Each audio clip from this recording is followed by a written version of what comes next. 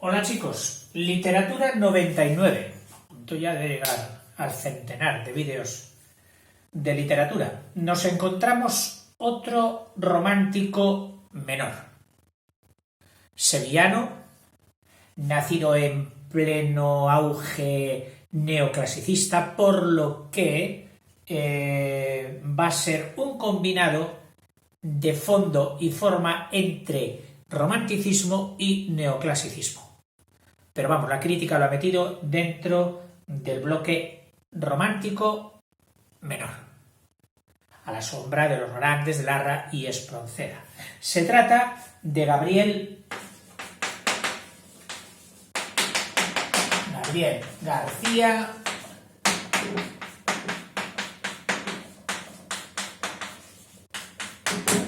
Tassara. Y te leo lo que nos dice Sainz de Robles de él. Bueno, nace en el 17, en Sevilla, hasta el 75, por supuesto todo de 1800. Como jurisconsulto, es decir, hombre de leyes, fue muy bueno. Periodista, bueno, picó en muchas publicaciones, en todas, yo diría. De algunas incluso fue cofundador. Políticamente llegó a su máxima relevancia como representante plenipotenciario de España en Estados Unidos, durante 10 años. Un gran humanista.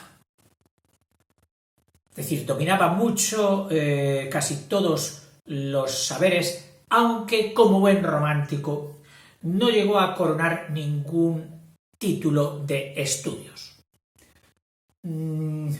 Como me decían a mí mis profes, éramos culos de mal asiento. Los codos nos costaba ponerlos. Gran humanista, saturado, por lo tanto, de lo clásico. El pensamiento humanista está básicamente lleno de los conocimientos clásicos de Roma y Grecia.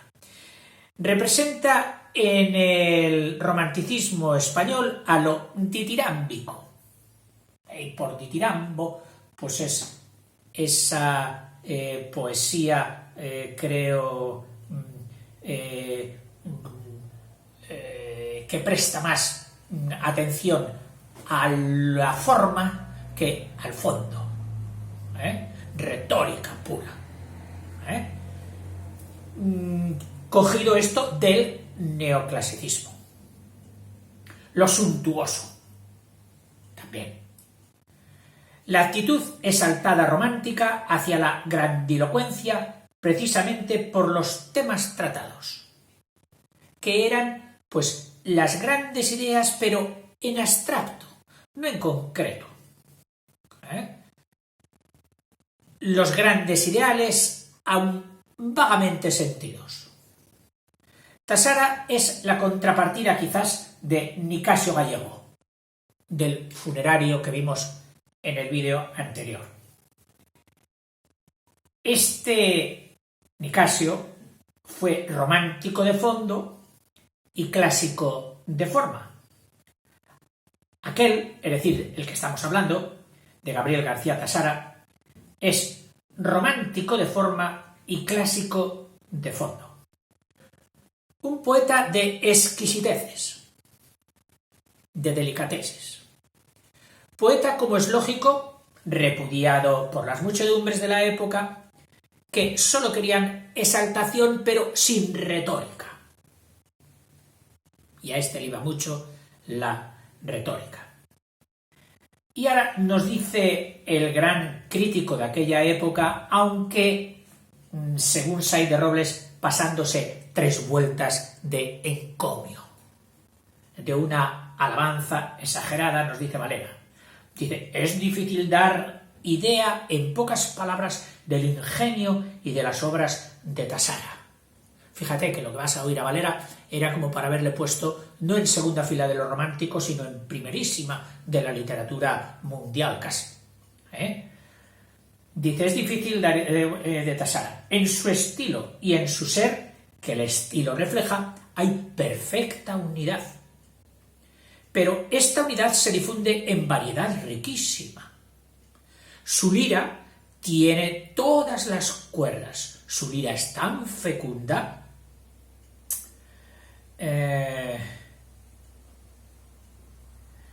en melodías como en emociones, sentimientos, pensamientos. Su alma es grande y simpática. En su alma había tonos, acentos e inspiraciones no para uno, sino para 15 poetas de primera magnitud. Y dice Sainz de Robles, dice, así pensaba Valera sinceramente y con no poca exageración. En fin, vamos a pasar ya a la reseñita que viene antes de su antología, donde nos habla ya de sus principales obras, que te voy a poner casi como son muchas, pero todas de relativa o escasa importancia a la literatura actual y a la crítica actual, pues te diré un poema que dejó un poco inconcluso una ambición grande, que podría haber sido ser un diablo más, del que te leeré un trocito.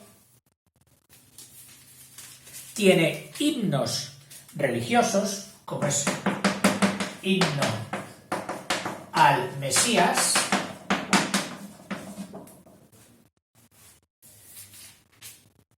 tiene poemas de esa inconexión y ficción muy apta para meterla en el tema del insomnio. El insomnio, esos momentos vagos y nebulosos que nos asaltan cuando no podemos dormir, que también te leeré otro trocito. Y por último, que también te leeré el soneto entero, es soneto a las cumbres del Guadarrama. El Guadarrama es la sierra de la cordillera central, juntamente con Gredos y otras, más próxima a Madrid, donde se desenvuelve gran parte de la vida social, deportiva, etcétera, de la capital de España, en Guadarrama. Bueno, te leo la reseña para que te sirva mejor para hacer tu esquema. Ya hemos dicho que es sevillano, de noble familia, estudió filosofía y humanidades, que su padrastro, porque se quedó huérfano de padre al poquito tiempo, le obligó a estudiar. Bueno, le obligó. En aquel tiempo, oye, a estudiar. Pues había que ir a estudiar, ¿no? Dice, en el colegio de Santo Tomás, de Sevilla, bajo la dirección del famoso latinista Fray Manuel Sotelo, un exclaustrado. Había sido monje y se había salido del convento, pero seguía en actividades docentes. Fray Manuel Sotelo. En 1839, echa años, del 17 al 39, 22 años, se traslada a Madrid, donde cursó leyes, y ahí sí que aprovechó bastante. Hemos dicho que fue muy buen jurisconsulto. Amistó, este verbo me hace gracia, amistar. Hizo amistad, decimos hoy. Pues este verbo debe estar en el diccionario, el verbo amistar. Amistó con los más célebres poetas románticos, con todos. Colaboró en los principales periódicos madrileños, ya te he dicho que pasó por todos, y desempeñó el importante cargo de ministro plenipotenciario de España en los Estados Unidos.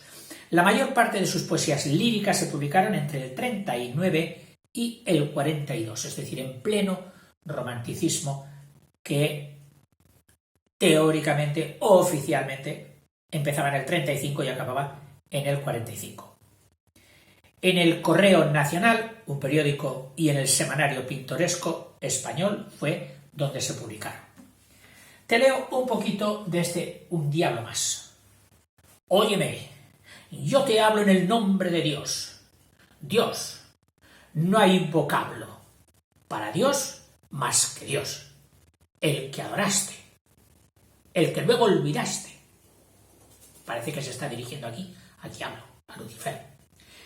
Ese Dios, el que los mundos con su brazo cierra y el que a los pueblos entregó la tierra, y tiene mares de furor que aneguen a los pueblos ingratos que le nieguen. Sí, tiembla, tiembla al escuchar mi nombre. Todo ante mí, como ante Dios, vacila. Soy más que Atila yo. Soy más que un hombre. Soy el Atila eterno. Antes que Atila, Nabucodonosor el babilonio, Ciro el persa, Alejandro el macedonio y el griego Agamenón, antes que a Roma destruía Babilonia y a Sodoma. Las esfinges de Egipto hice pedazos, tuve a Grecia expirante entre mis brazos. Y Roma, al fin, del mundo emperadora, cayó a mis pies en la tremenda hora. Tú, de tantas naciones heredera, tú, Babilonia y Nínive altanera, tú, Egipto portentosa, tú, como Grecia hermosa, tú, como Roma fuerte, también vas a morir. Yo soy la muerte. Y sigue. Te leo un poquito, bueno, que está aquí el himno al Mesías.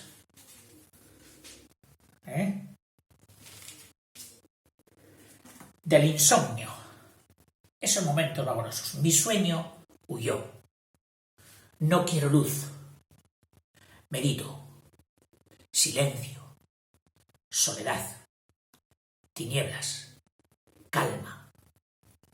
Siento dentro de mí como si el alma se columpiara libre en lo infinito. Aunque cierre los ojos, la pupila que sin cesar vigila finge el blanco relieve en la penumbra de marmóreas estatuas, y al través de los párpados vislumbra chispas fugaces de llamitas fatuas. Voz de salterio, un salmo misterioso semeja en lontananza, y fugitivo nace, vibra, se pierde vagaroso, y se transforma en cántico amoroso. Un cántico lascivo, en el que flota el eco voluptuoso de una voz muy remota que me nombra, y con tenue latido cariñoso me embarga dulcemente. Me amodorro. Pero súbito surgen de la sombra grupos de niños en alegre corro, y encantado al mirarlos me desvelo. Desciende un blanco velo suave, leve, flotando como espuma, y el pueril espectáculo se esfuma.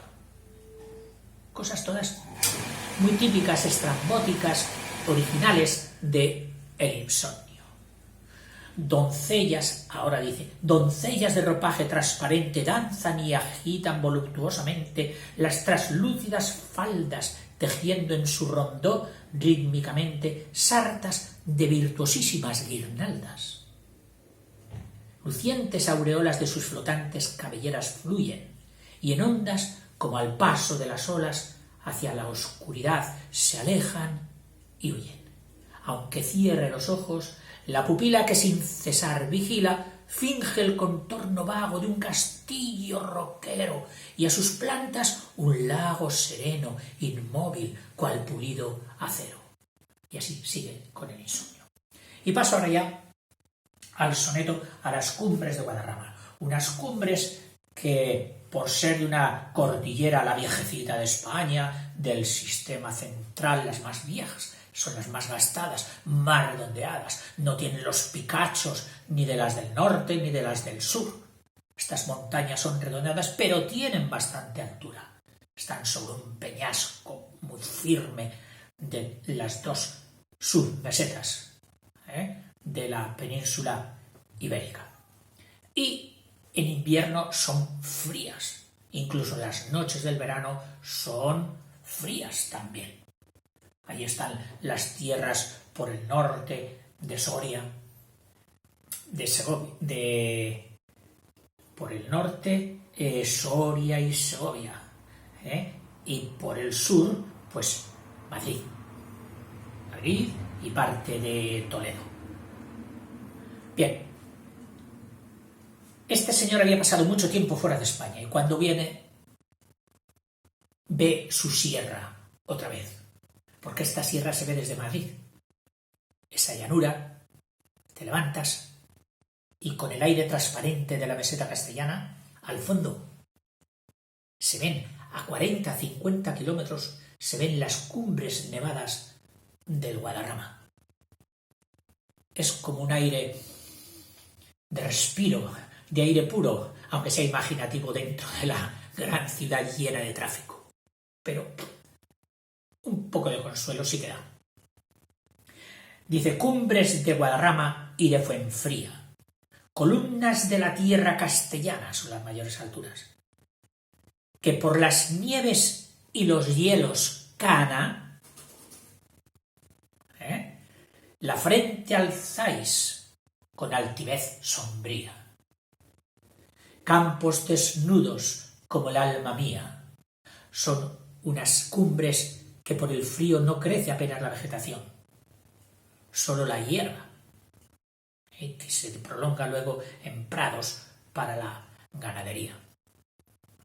Campos desnudos como el alma mía, que ni la flor ni el árbol engalana, ceñudos al nacer de la mañana, ceñudos al morir del breve día, serios, adustos.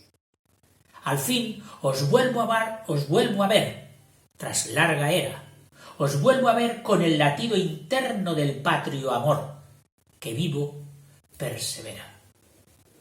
Para mí y para vos llegó el invierno, para vos tornará la primavera. Mas mi invierno, ay de mí, será ya eterno. Se ve ya en su vejez. Este ha sido un breve retazo de Gabriel García Casana. Tengo que confesaros que antes de ponerme en el brete de hacer estos vídeos, ni me acordaba de él si es que lo había oído. Bueno, es que ponerte a enseñar es ponerte a aprender. Sí. Hasta luego.